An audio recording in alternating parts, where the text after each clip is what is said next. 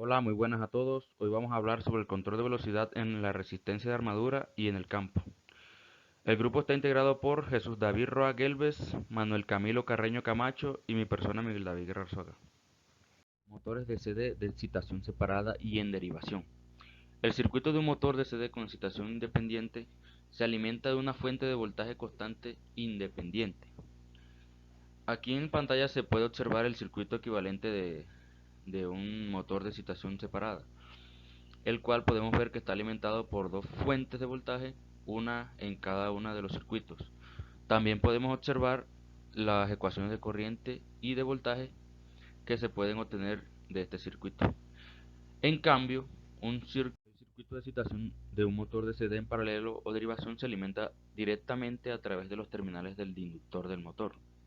Como se puede observar en el circuito equivalente del motor en paralelo, se alimenta únicamente por una sola fuente de voltaje. Y también podemos observar las ecuaciones de corriente y voltaje de este circuito, por lo cual podríamos deducir que no hay diferencias entre los dos circuitos en sí. Podríamos trabajarlo con cualquiera de los dos, que igualmente podremos obtener los mismos resultados. A continuación veremos las características de las terminales de un motor DC en derivación. Y sus características son las de salida, que son el par y la velocidad del eje. ¿Y cómo se vería esto reflejado en una gráfica? Pues si suponemos que incrementamos la carga en el eje de un motor de derivación, entonces la carga va a aumentar la carga en el inducido de la máquina y el motor comenzará a perder velocidad, lo cual hará que baje el voltaje generado en el motor y aumente la corriente en el inducido. Y esto ocasionaría que conforme aumente la corriente en el inducido, también lo va a hacer el par o el torque inducido del motor. Por lo cual podríamos decir que finalmente el torque inducido va a ser igual al torque de la carga, pero a una baja velocidad de rotación en el motor. ¿Y cómo podemos obtener esto? Pues las características de salida de un motor SD en derivación se pueden obtener a través de las ecuaciones del voltaje y del par inducido en el motor, más su ley de voltaje de Kirchhoff o LVK que se pueden obtener del circuito. Aquí podemos observar que tenemos la ecuación del voltaje en un circuito, del circuito en derivación, y también tenemos el voltaje del inducido, que es esta. También tenemos la ecuación del torque inducido, que es K por phi por la corriente, y en el caso del voltaje es K por phi por el número de vueltas. De la ecuación de torque inducido despejamos la corriente, y estas dos ecuaciones, la de corriente y la de voltaje, las reemplazamos en la ecuación de voltaje total o de voltaje de entrada del circuito. Al reemplazarla obtendremos esta ecuación aquí, y lo único que tendríamos que hacer sería despejar el número de vueltas o las vueltas que tendría el motor, que sería esta, para hallar su velocidad o el número de rotaciones que hace por minuto. Ya teniendo esta ecuación, llegaríamos a esta ecuación de aquí, la cual nos dará eh, la relación del par con la velocidad. ¿Y qué obtendremos de esta ecuación? Una gráfica lineal con pendiente negativa, que nos relaciona la velocidad del motor con el par o el torque que genera este. En la primera gráfica es la gráfica para cuando los valores en el motor se mantienen constantes ante cambios en la carga. Y la segunda gráfica es para cuando ocurre una variación en la resistencia o hay una reacción en el inducido, lo cual causa un debilitamiento del flujo, y este debilitamiento del flujo nos aumenta la velocidad en el motor.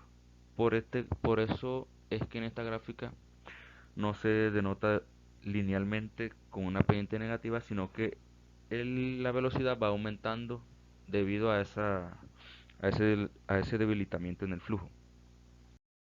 A continuación, mi compañero Manuel le va a explicar un poco del control de la velocidad de los motores de CD en derivación.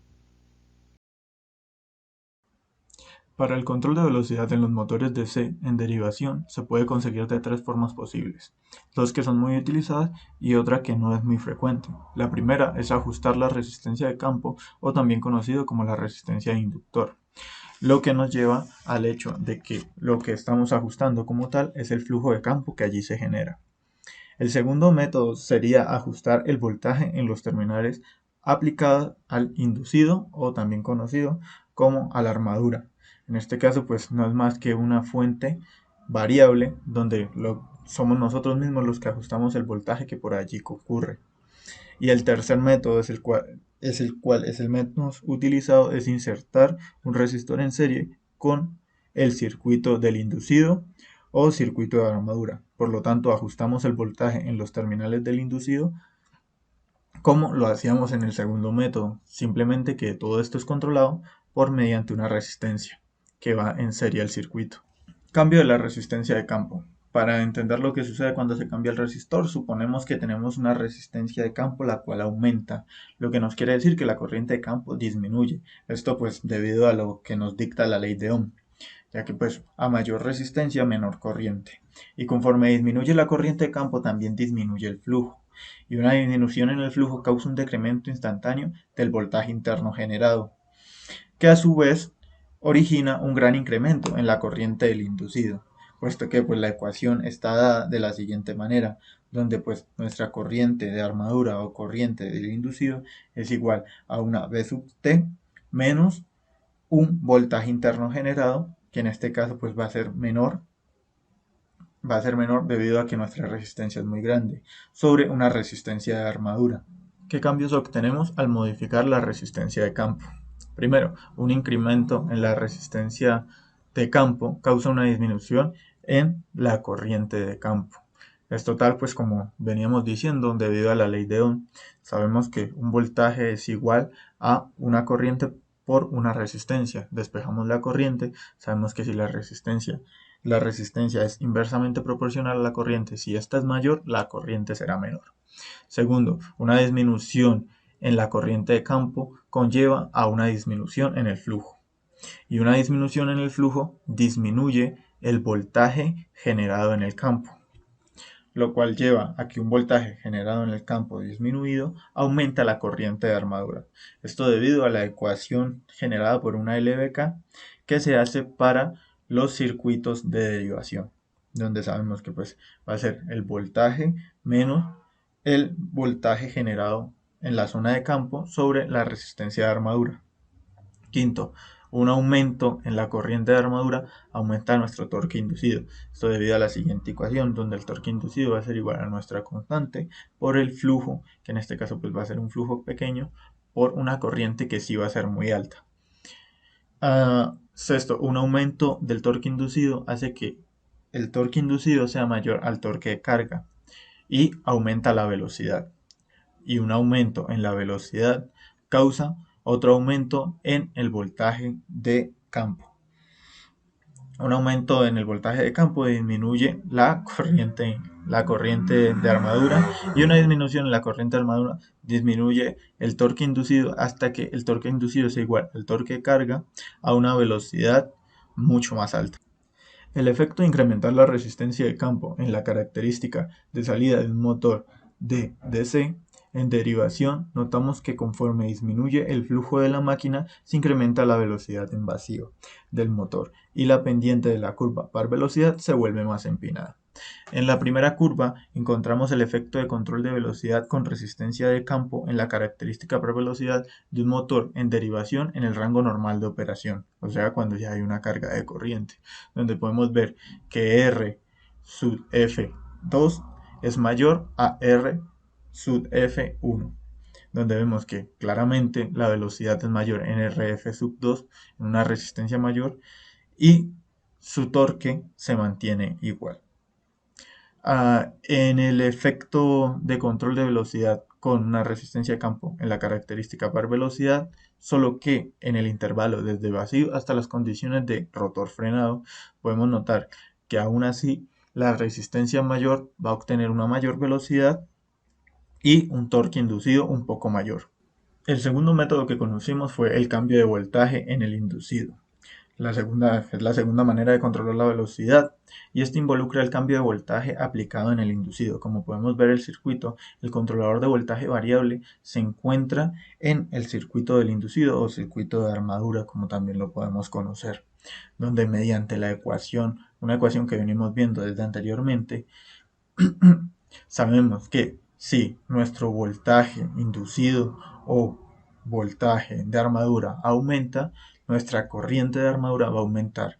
Y con esto anteriormente explicado, sabemos que si la corriente de armadura aumenta, nuestra velocidad aumenta también. Mis compañeros ya han venido hablando sobre la regulación de la velocidad y el tema que sigue a continuación es la regulación de la velocidad por el cambio en la resistencia en serie con el inducido.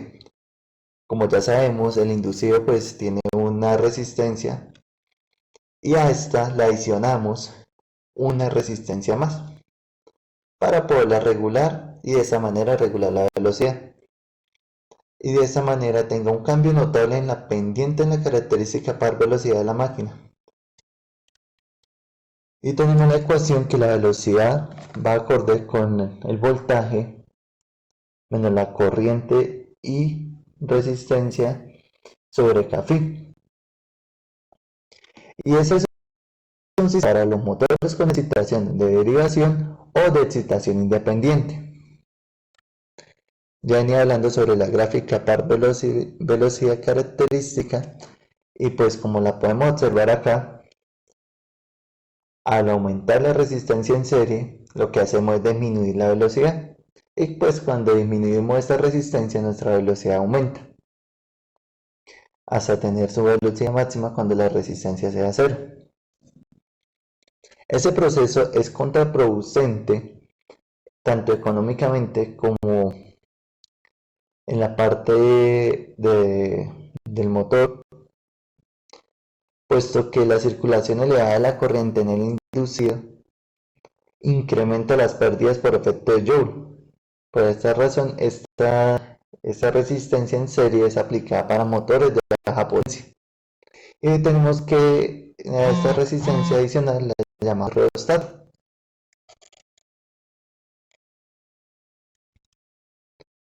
Y pues nos genera una limitante en el control de la velocidad.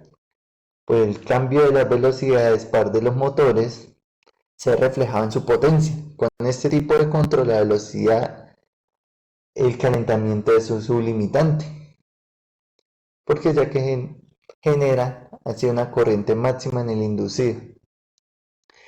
Y pues en esto se tiene un flujo constante para el control de la velocidad teniendo una ecuación de torque máximo igual a Kφ por corriente máxima.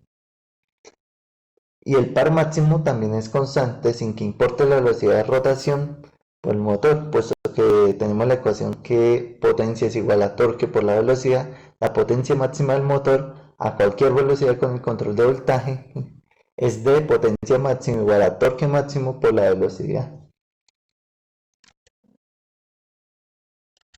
Bueno, y para tener un poco más claro el fundamento de esta resistencia y entender un poco mejor la gráfica, les mostraré a continuación el montaje en Proteus con un potenciómetro que nos representa nuestro reostato variable o resistencia variable.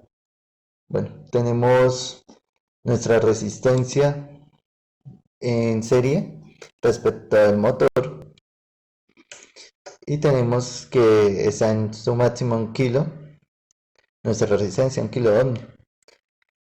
Entonces, a lo que yo voy bajando, se puede notar un poco que aumenta la velocidad.